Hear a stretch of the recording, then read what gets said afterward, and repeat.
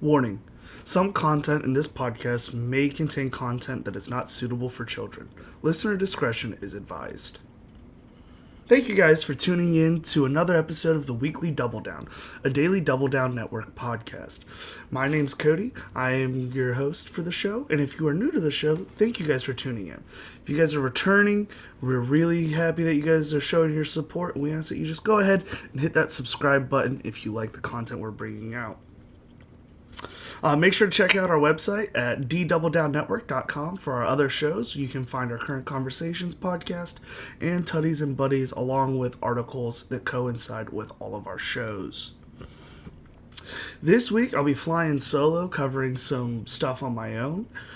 In today's episode, we will be discussing all the new trailers and some of the new news from the Super Bowl, and I will also be giving my rundown of my top 5 worst films of 2022 at the end of the episode. But before we get into all of that, I am going to take you guys over, and we're going to talk about DC first. So today's show is going to be formatted a little different. There's no hotspot since essentially the episode is one giant hotspot. Over the past couple of weeks, we have had massive amounts of news coming out about new projects that are in the works and are being filmed, being ready to get to us. And I want to start off by talking about DC. Firstly, they did release the Flash trailer this week during this, or right before the Super Bowl, my bad. And honestly, guys, it looks great. I'm going to break that down for you guys in a second, but I want to go over just a few of my top 3 picks for the best projects that are going to be coming from the first chapter of the DCU called Gods and Monsters. So I picked out 3 titles that are... honestly, the titles that I'm looking forward to the most. And they're the big titles. So I'll do this from number 3 to number 1, so least excited to most excited. Number 3, I have Superman Legacy. Now, first of all, I'm really excited to see James Gunn do a more traditional superhero film. So far, we have not seen him do traditional films, just in general. He's a very one-off, out there kind of director, and I love the style. I absolutely love it. And I'm really, really excited to see what he brings to the Superman story. We've had the same Superman story for 50 years now, going back to the Christopher Reeves days. And, it's really time to bring something new and fresh in, and I think they could really do this. Looking at the source material, I wholeheartedly believe James Gunn is going to knock this one out of the park. A younger Superman will be great, especially when you're going to be mixing it in with my number 2, which is The Brave and the Bold. The Brave and the Bold is the first Batman film, quote-unquote. From what we know, we don't know hardly anything about it, but from what we do know, it doesn't seem to be a Batman film as much as a Bat Family film, which really excites me because I've only seen the Bat Family in animation, and I want to see Jason Todd as Red Hood and Dick Grayson as Nightwing. I want to see it on the screen, on the big screen. A lot of people say Titans was great. Honestly, I love season 3. It's great. Don't get me wrong. But making Scarecrow the villain, not the move. They drug it out. They did not do it good. And they did not do justice, by me at least, when it comes to the Red Hood character. I feel like they could have fleshed it out, made it a lot better of an arc. But The Brave and the Bold is going to be tackling an older Bruce Wayne who has gone through several Robins and is finally introduced to his actual biological child, which was was an illegitimate child between him and Talia al Ghul, which is the daughter of Ra's al Ghul, the leader of the League of Assassins, or if you only know the Christian Bale trilogy, the League of Shadows. But Damian Wayne is his name. He is the 4th or 5th Robin. 4th Robin. Yeah, I think it's 4. Could be 5th. But he's down the line. He was raised away from Bruce Wayne. Bruce Wayne had no idea of his existence, and he was raised to become the next leader of the League of Assassins. That was their entire goal. Now Batman being introduced to his son, and obviously he doesn't want his son to be an assassin. He wants him to follow a more strict moral code. So we'll see more of a father-son relationship develop between the two. And seeing that we only had Batman and Robin in a traditional sense on the big screen twice, and both times it did not look very good, I'm really excited to see what we could have. I'm also really glad that we don't have to sit here and wait for Batman to flesh out the entire Bat family. We know we'll at least have a Dick Grayson and Jason Todd, possibly a Tim Drake. You could see any of those guys pop up in there. We're looking at Barbara Gordon, and of course, so really cool list of characters that you could get to work with, and I'm really excited to see what they do there. James Gunn didn't say if he's heading it up or directing it at all, so as of right now, there's 0 names attached to this film, but it's my most exciting film. But for my most exciting project out of all of Chapter 1, it's honestly got to be Lanterns. And Lanterns will be an HBO Max original show, which will be a True Detective-esque show about both Jon Stewart and Hal Jordan as they play space cops for Earth. So it will be a direct to HBO Max series, and it will focus on not just one but 2 Green Lanterns, which really allows us to set up the Green Lantern Corps and get Kyle Rayner in there, Jon Stewart, Alan, what's his face? I can't remember. I didn't really like him as a Green Lantern anyways. But it does open up a lot of room, and it also plays really well into opening up the cosmic side of the DCU. But overall, I will say that the new slate that just came out, I'm really excited for. There's a couple titles on there that I need to look into a little more, just because I'm not all too sure of them, and I'm not really too familiar with the source material or characters. I'm talking to you, the authority. Yes, I must read all of that now. But moving on, we're going to start talking about the Flash trailer. Now, right before Super Bowl 57 started at 6 p.m., DC released the official trailer for The Flash. It comes in right around 3 minutes long, and goodness, I needed this. Oh, let me say. With the teaser trailer that we had, we knew Ben Affleck and Michael Keaton were going to be in there, but we only kind of knew that Michael Keaton was going to be in there. It's just rumors. We're just hearing these things. But to see that Sasha Calle's Supergirl's still in it, Michael Keaton's Batman's in it, Ben Affleck's Batman's in it, I am just stoked. So I'm just going to go through some of the stuff that I have here in my notes. We did get a look at a really, really good look at the Michael Keaton Batman and a lot of his equipment. We do see into the Batcave. We see a covered-up Batmobile. We do see the Batwing. And he does give us his iconic, "I'm Batman" line. Loved it. It's great. Perfect. And also, they do show a little bit of a clip right then and there of Batman just going ham. Just showing why he's the shit.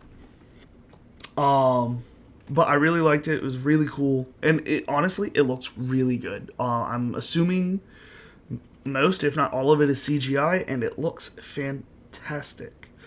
One of the other things that I have on here that is really exciting to me is it looks like it happens early on in the film. It looks like there will be a team up between Ben Affleck's Batman and Ezra Miller's, I'll just call him Prime Flash, that we'll be following, the Barry Allen that everything is centric around. As we know, there could be 2, even 3, possibly, Barry Allens in this film, and we'll get into that third one here in just a second. But we do know that there's going to be a young version of Barry Allen who will not have his powers yet, that will be teaming up with them, and he will gain his powers throughout it's somewhere in the film. Now, there's two things that I'd like to discuss. First of all, there has been a lot of releases with toys. And we know that this Flash, that Flash 2, call him Barry 2, we know that he's supposed to be Kid Flash. We do see that he will make his own suit, and it will be made out of a Batman suit. And this was hinted at by the toys already. So if it is like it is in the trailer, so it is a Batman suit, we have a pretty good idea that the toys are pretty accurate, and they're going right along with what's going on in the films. Which brings me to my point. The Dark Flash. Everyone watched the Flash show. It was fantastic. Ezra Miller popped up, so we obviously know there's a possibility that Grant Gustin could pop up in this film somewhere. I don't think Grant Gustin's going to be the bad guy. If they do that, it's going to be awful. We saw him as Savitar. That was not good. Not a good look. I did not like it. But I do think that the Kid Flash, at the end of the film, the Dark Flash, which is a Flash that they're creating for this film, I'm assuming, similar ideology of Savitar, but the Dark Flash will be a version of Barry 2 from the future that comes back, and they have to defeat this Dark Flash. And we know this because they have released the toys as the Dark Flash. And it looks as if it is based out of a Batman, costume. So very good likelihood that we will be right there. Ben Affleck is set to appear, like I said, and the coolest part about it is he will be in a traditional Batman suit. We get a glimpse of a traditional gray and blue in Michael Keaton's Batcave, but we do see here that Ben Affleck's going to be fully rocking out, full gear in a Ben Affleck gray and blue with a gold belt Batman suit. So for the first time in over 50 years, we're finally getting to see this on screen. It looks fantastic, even in the little glimpses that we've caught of it, just in the quick action shots that we see. I don't expect to see a whole lot of it, but I do expect for us to get a decent scene with him in there. Something else I want to talk about, just so viewers of the film are a little bit, or it can be put at ease, we are dealing with a lot of the same characters played by the same people. So it might get a little confusing.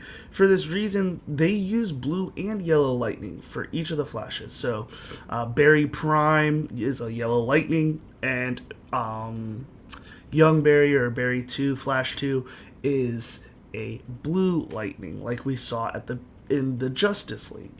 So I don't know if it's like a increase of power, but if it is an increase of power, it would make sense why younger Barry uses a blue lightning, older Barry uses a yellow lightning. It makes sense. But I do want to point out, right before we keep moving on, so last thing about Barry Allen suits, and then we'll talk about a couple quick little things, and then we'll talk about some more Batman suits, because that is what I'm most excited about. It does seem as if Bruce Wayne, Ben Affleck's version of the character, will be gifting Barry Allen Prime, or Flash Prime, the Speed Force ring. I don't think there's going to be an actual Speed Force set up in this film, but we have seen the ring in which the suit can come out, and I think that will be an invention that Bruce Wayne gives Ezra Miller's Flash as he trains him and as Ezra Miller continues on. Now, I do want to say we do see General Zod and his lieutenants with him, and they will be a major or decent part of the film. If they are not the main villains, they're definitely going to be big villains that are in the film.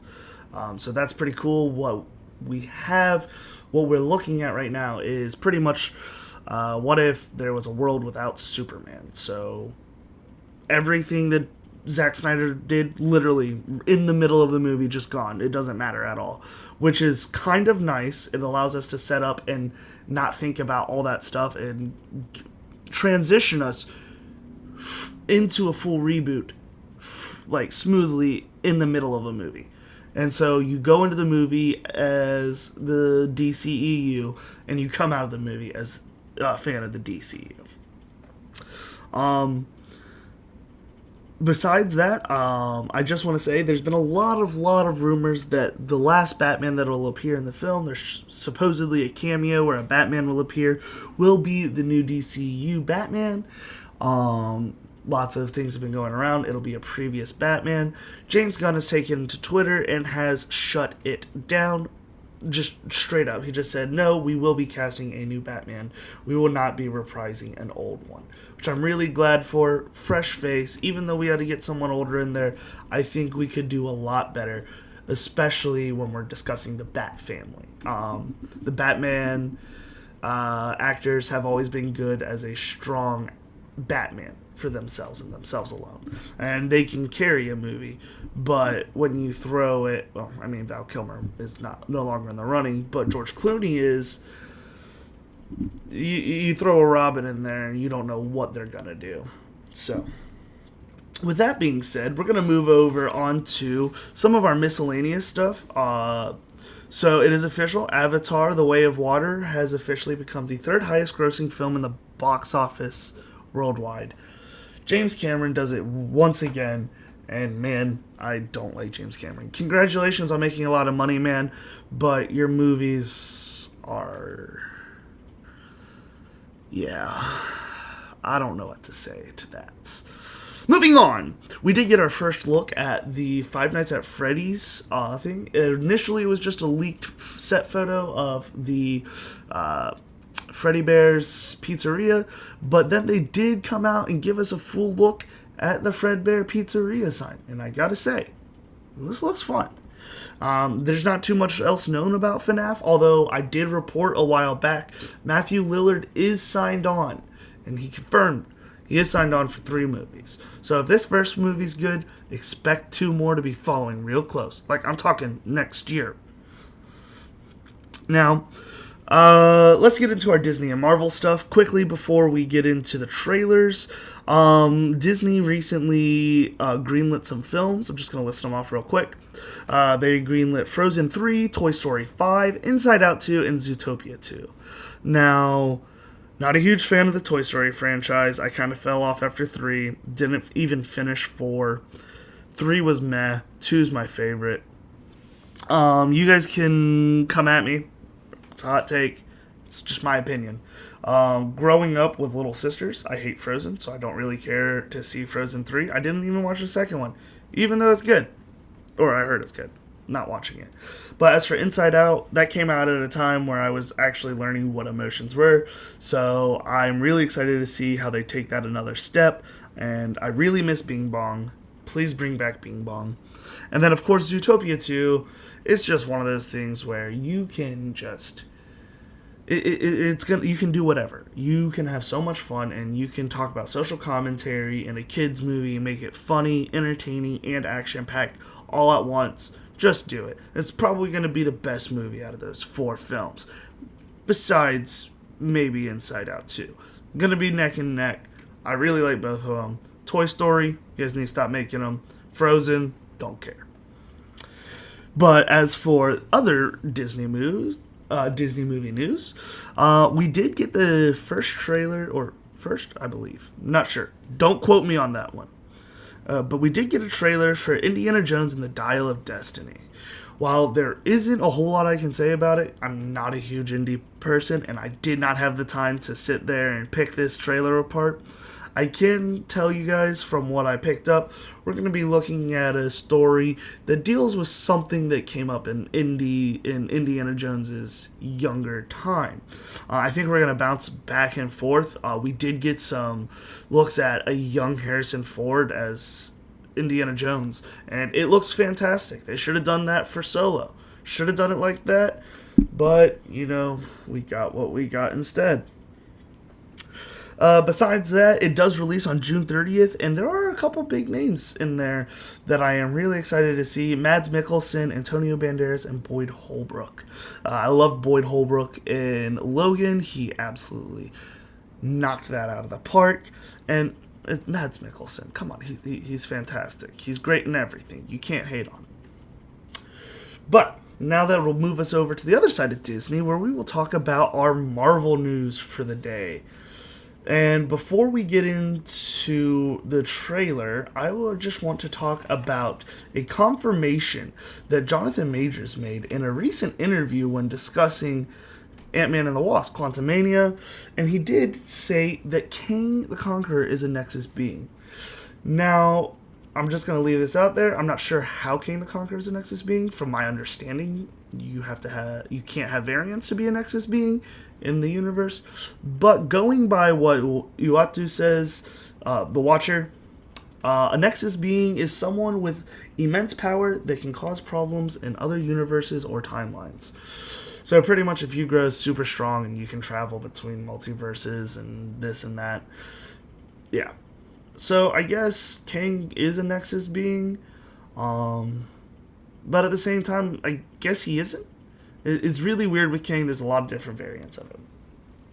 But getting into the ushy-gushy news that everybody loves, we're going to start talking about the trailer that Marvel released during the Super Bowl. Really happy that we did not get another Ant-Man spot. We did get another Ant-Man spot, but I'm really glad we didn't get another Ant-Man trailer. It would have just been a waste of a release, seeing that the film comes out next week anyways. We already pretty much know what's going to happen in that. And Guardians of the Galaxy Volume 3 is only like 3 months away. Not even. It's like 2.5 months away. So it's sneaking up on us real quick. I think there's going to be some real great surprises in there. So let's get into it. First thing I want to point out is through a lot of these shots, the Guardians seem to have an official uniform now. So they're wearing a typical Guardians of the Galaxy uniform, and I love it. Looks great. Knocked it out of the park. Colors in the film look fantastic. Now, I do want to say something. There is a shot early in the trailer where they're showing up to Counter-Earth, and it looks as if they're almost using Pym particles to travel. So I'm just going to throw it in there as a question mark blanket statement. Quantum travel to Counter-Earth of some sorts. Quantum entanglement in there somehow. Who knows? But I think it might pop up in a slight way. I don't think it'll have a major role in this film at all.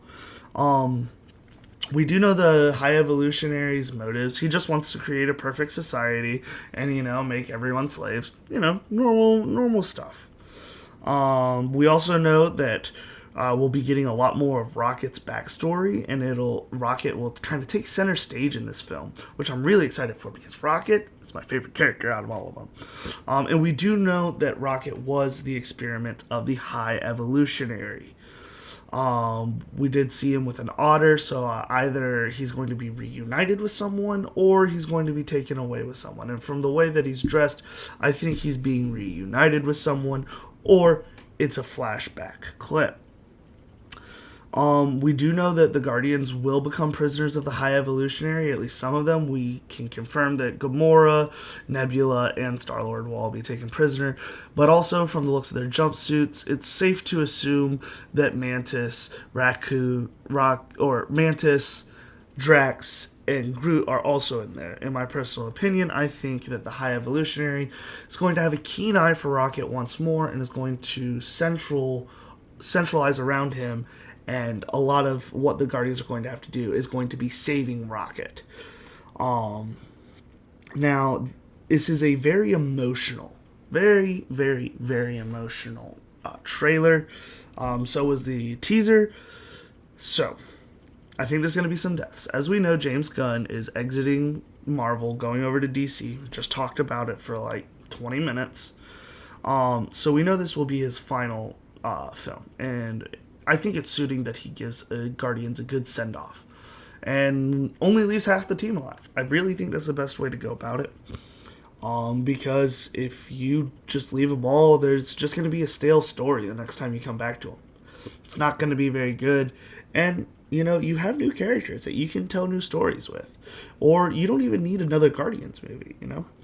But two people I think are definitely going to die. I definitely think Drax and Rocket are going to die in this film. I also think Gamora could possibly kick the bucket as well as Peter Quill. Although with a holiday special, I think it's highly unlikely that Peter actually dies. Although, who knows? You never know what James Gunn could pull. But with that is pretty much all the news I have for you guys for this week. So with that, we are going to get into my top 5 worst films of 2022. Let me say,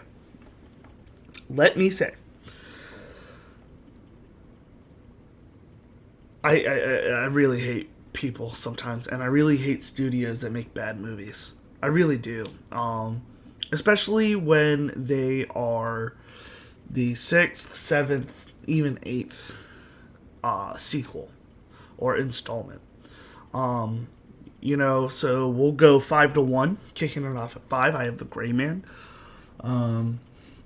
Honestly, I just think it was another Russo brothers ploy to do a somewhat spy thriller that they were so successful in with the Captain America films.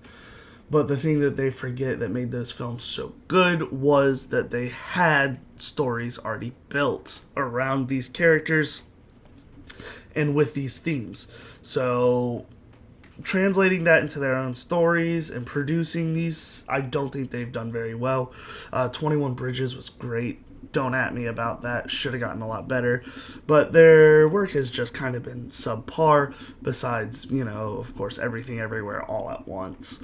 That was absolutely astonishing. And seeing that they're in talks to come back and direct Secret Wars, I think that they knew exactly what they were doing, and this was Kevin Feige's plan all along. But as for The Gray Man, I give it a 22%. I'll give it a 32%. But yeah, no, I didn't like it. The action was choppy. Chris Evans was annoying, and it wasn't very entertaining to me. I fell asleep 3 times. I had to wake up, rewind. It's not fun. But moving on to my number 4 is The Texas Chainsaw Massacre. This film just came out last year, trying to pull the same thing that Scream did, that Child's Play did, that Halloween did, and do a soft legacy reboot. Bring back one of the surviving characters from the oldest film, have him be the hero, except this time they kill her off real quick. She's not worth anything, and this story is dumb. The only redeeming quality about this movie is that there are some great kills, but the gore is top notch. There's a lot of gore in this film. The plot, just don't get me started on it. We just won't talk about it. You guys can just understand how bad the plot was, because I'm refusing to talk about it. I gave The Texas Chainsaw Massacre 25. But moving on to my number 3 spot is where I have Me Time. I don't even remember what this movie is about, honestly. I just know it had Kevin Hart, Mark Wahlberg. They go out to do a bunch of cool stuff, and it's just dumb. It was really, really, really dumb. I didn't enjoy it. I didn't laugh a single time in a comedy with Kevin Hart in it, to say the least. Kevin Hart just plays Kevin Hart. Mark Wahlberg just plays Mark Wahlberg. Nothing new. No ground broken. It's pretty much just like that Adam Sandler movie. Not Sandy Wexler, but it's a Netflix movie. I can't remember it. Pretty much where he goes off doing crazy stuff with a long-lost friend. It's a raunchy comedy. It was stupid. Don't watch it. Now, coming in at number 2. This is another sequel. 6th film in the series. And they still can't get it right. Even when they bring back all the legacy characters. And all the new characters that we've grown to love. And it was still worse than Fallen Kingdom. It was worse than Fallen Kingdom and Jurassic Park 3. And Jurassic Park 2. It was worse than all of them. It was the worst Jurassic Park movie I've ever watched. The bad guy is Big Pharma, essentially, and the issue is giant grasshoppers? Yeah, it wasn't very good. There wasn't much dinosaurs. At the end, all they got to do is burn a bunch of bugs, and it wasn't really cool.